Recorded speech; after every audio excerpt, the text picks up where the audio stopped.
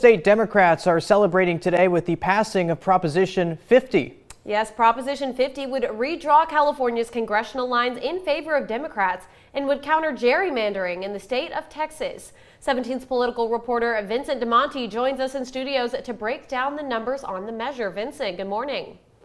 Good morning, guys. Well, Election Day is over, and the votes are being counted right here in Kern County and across the state. But Tuesday's special election saw a pretty substantial turnout here in the Golden State. But let's take a look at some of those statewide results as of this morning. Here in the Golden State, as of right now, we got yes of 64% with around 4.8 million votes coming in. And for the no's, we got 36%, roughly 2.7 million votes coming out here from California. NBC News called this race just minutes after the polls closed last night.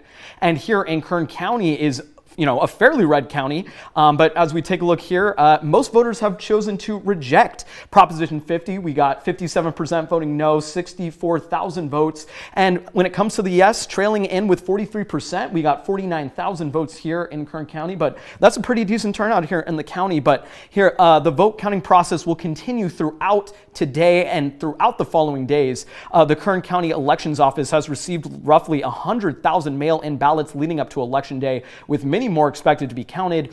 Today, in-person polling locations saw around 21,000 ballots cast. That's a turnout of roughly 26%, but that number is expected to increase to around 40 to 50% over the next few days. Well, thanks, Vincent. Prop 50 was not the only item on the ballot for some Kern County voters this special election. The cities of McFarland and Delano also asked voters to approve a hike in a local sales tax. Here with the details is 17's Jacob Clark.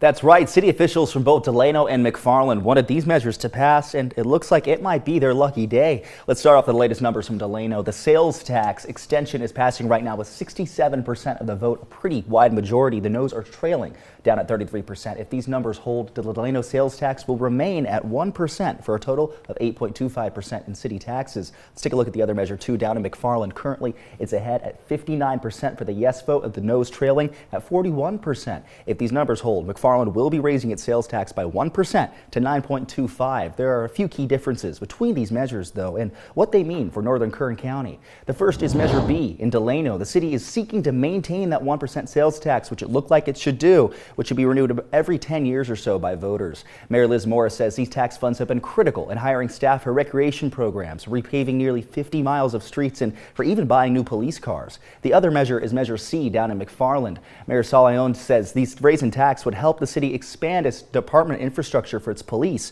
repave municipal roads, and even fill community swimming pools, some of which have been empty for nearly 7 years. Officials there have been hopeful that these measures will pass, and that is looking quite likely.